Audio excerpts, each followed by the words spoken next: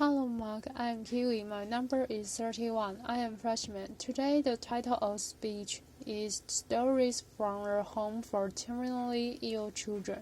The speaker is Cassie Hall. I want to introduce you to some very wise kids that have known, but first I want to introduce you to a camel. This is Cassie, a therapy camel visiting one of our young patients in her room, which is pretty magical. A friend of mine raises camels at his ranch in the Santa Cruz Mountains.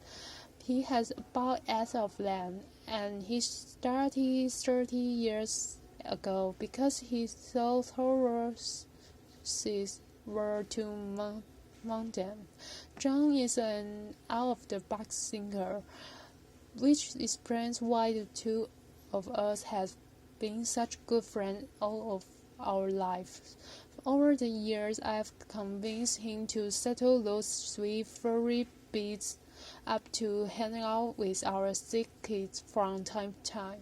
Talking to John, I was surprised to learn that camels have an average life expectancy of 40 to 50 years. The life expectancy of many of the children with whom I work is less than a year.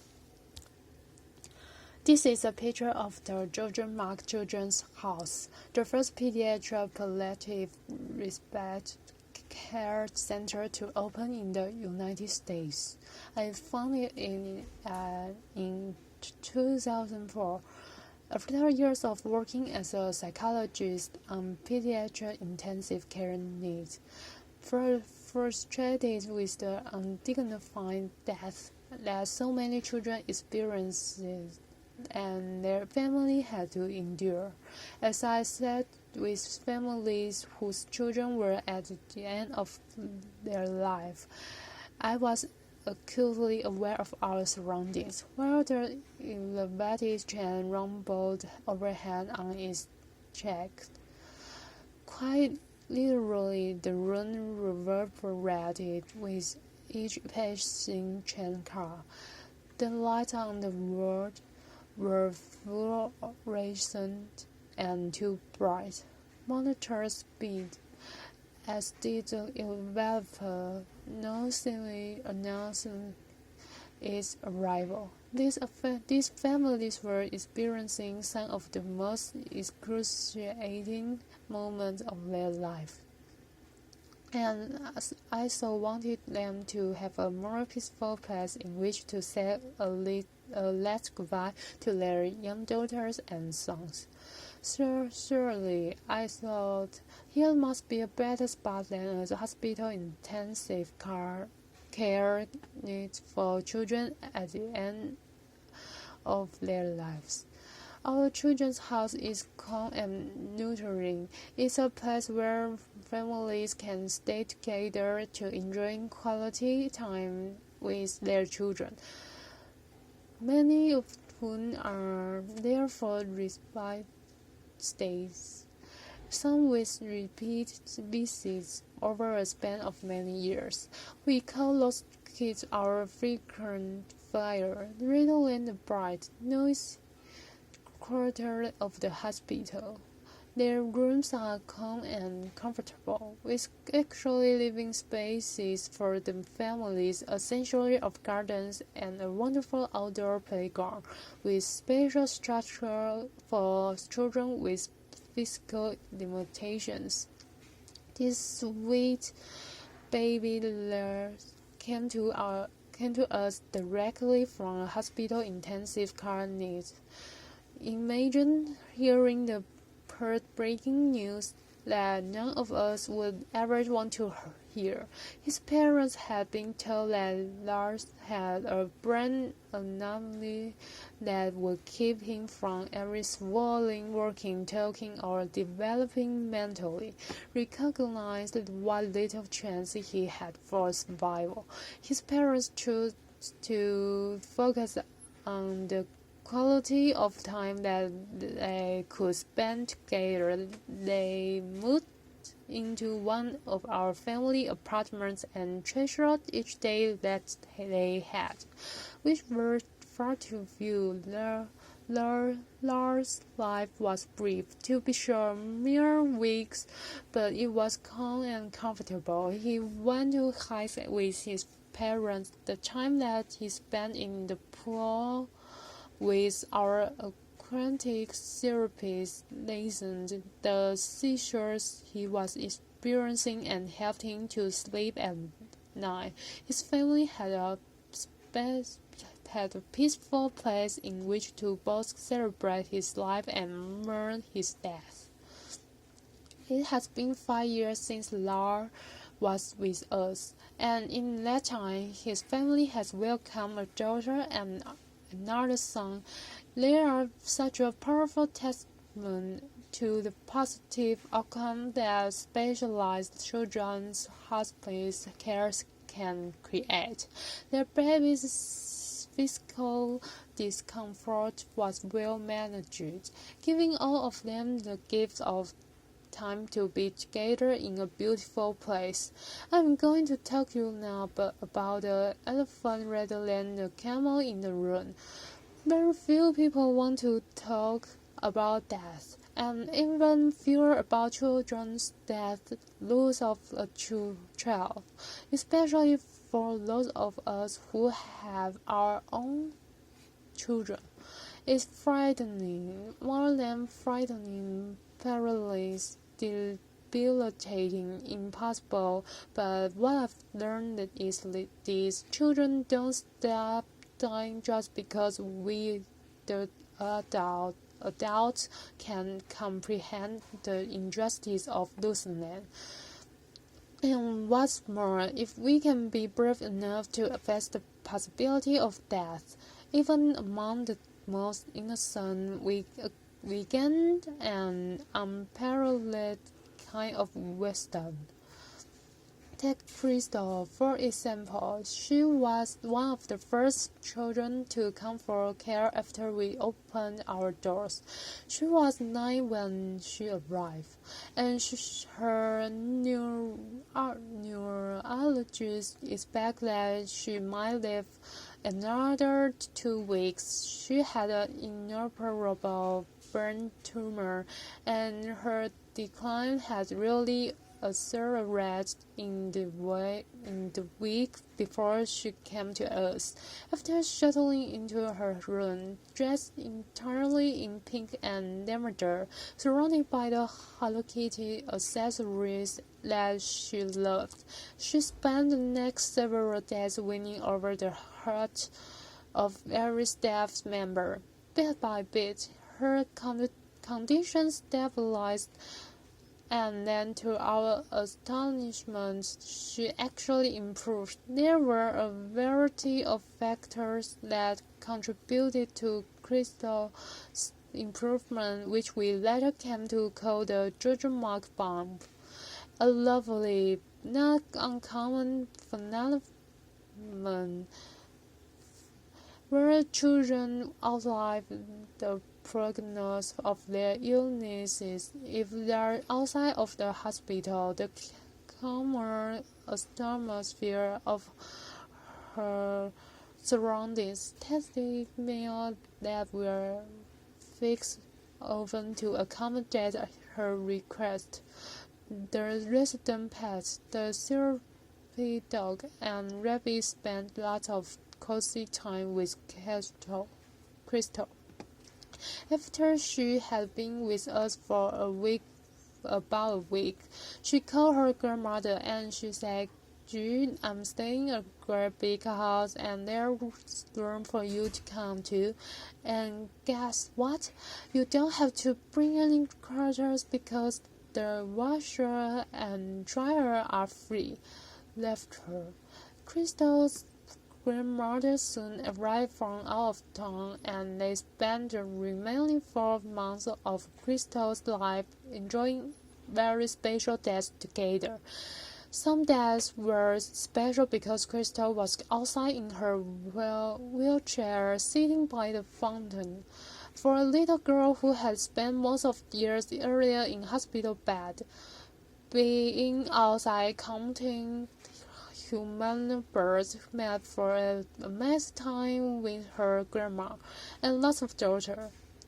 Our other days were special because the activities that our child life specialists create for her. Crystal, strong beads, and made jewelry for everybody in the house. She painted a pumpkin to help decorate for Halloween. She spent many exciting days planning her 10th birthday, which of course none of us thought she would ever see. All of us were pink boys for the occasion, and Crystal, as you can see, queen for a day, wore a sparkling tiara. One hot morning, I arrived at work, and Crystal and her partner in crime, Charlie, greeted me with some help. They had set up a lemonade and cookie stand outside the front door, a very strategic location. I asked Crystal the price of the cookie that I had selected, and she said $3. Left her. I said that seemed a bit high for one cookie. Left her. It was small, I know. She acknowledged with a grin, but I'm rusty. And then, like the words of wisdom of a young girl whose brief life forever impacted mine. Crystal was worthy, and shouldn't every child whose life is shortened by a horrific illness be worthy? Together, all of us today can afford that same specialized care that Crystal received by recognizing that children's respite and hospice care is a critical component missing from our healthcare landscape. It's also interesting to note that we are able to provide this care at about one-third of the cost of hospital intensive care unit, and our families don't see a bill. We are even grateful to the supporters who believe in the important work that we are doing. The truth is that my colleagues and I am the parents and other family members who get to experience this special wisdom and in a unique position. There are only 2 freestanding pediatric hospitals in the United States.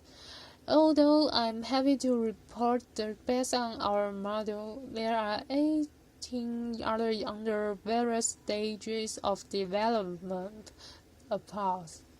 Still, most of the children who die in the United States every year die in hospital rooms, surrounded by beeping machines and anxious, exhausted adults who have no other option but to say goodbye under those harsh, institutional lights and among virtual strangers. For comparison's sake, the United Kingdom, which is a country with about 1/5 the populations of the United States and about half the size of the state of California, has 54 hospices and respite centers. Why is that? I have asked myself that question obviously many times. My best guess is that Americans, with our positive can-do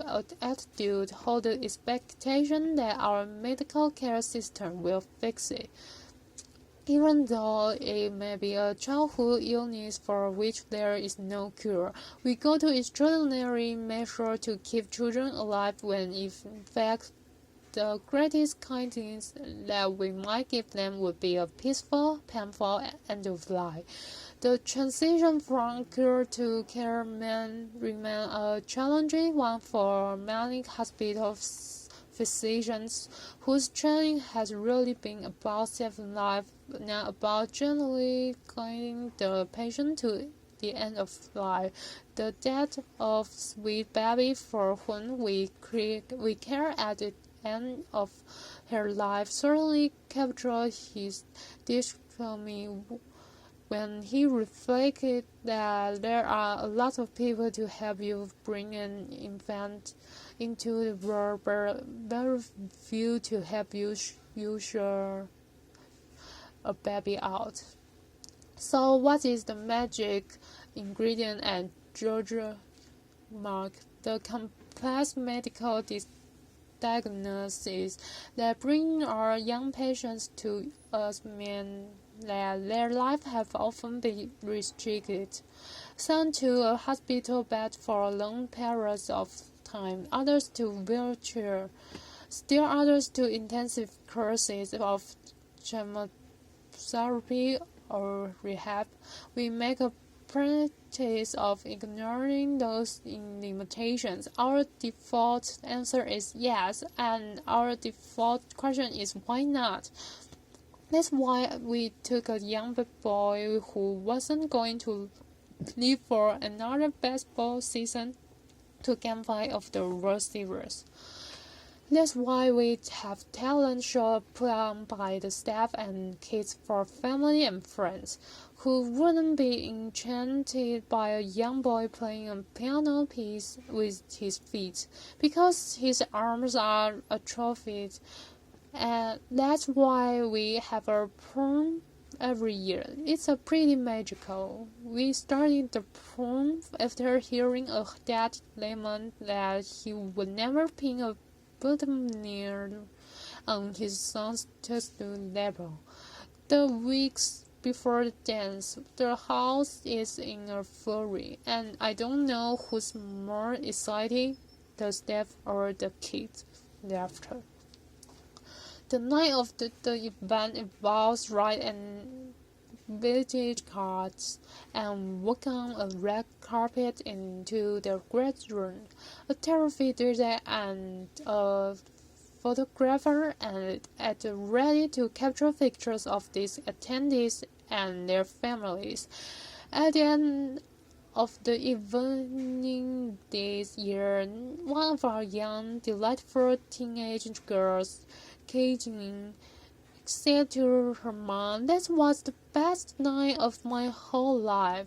And that's just a point to capture the best day and nights, to abolish limitations, to have your default answer be yes and your default question be why not.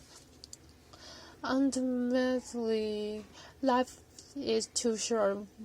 Whether we live to be 85 years or just 8, trust me, better yet, trust Jan, is not by pretending that death doesn't exist that we keep the people, especially the little people that we love, safe in the end. We can't control how long any of us live, what we can control is how we spend our days, the spaces we create, the meaning and joy that we make. We cannot change the outcome, but we can change the journey. Isn't it time to recognize that children deserve nothing less than our most uncompromising bravery and our wilderness imagination? Thank you. Applause.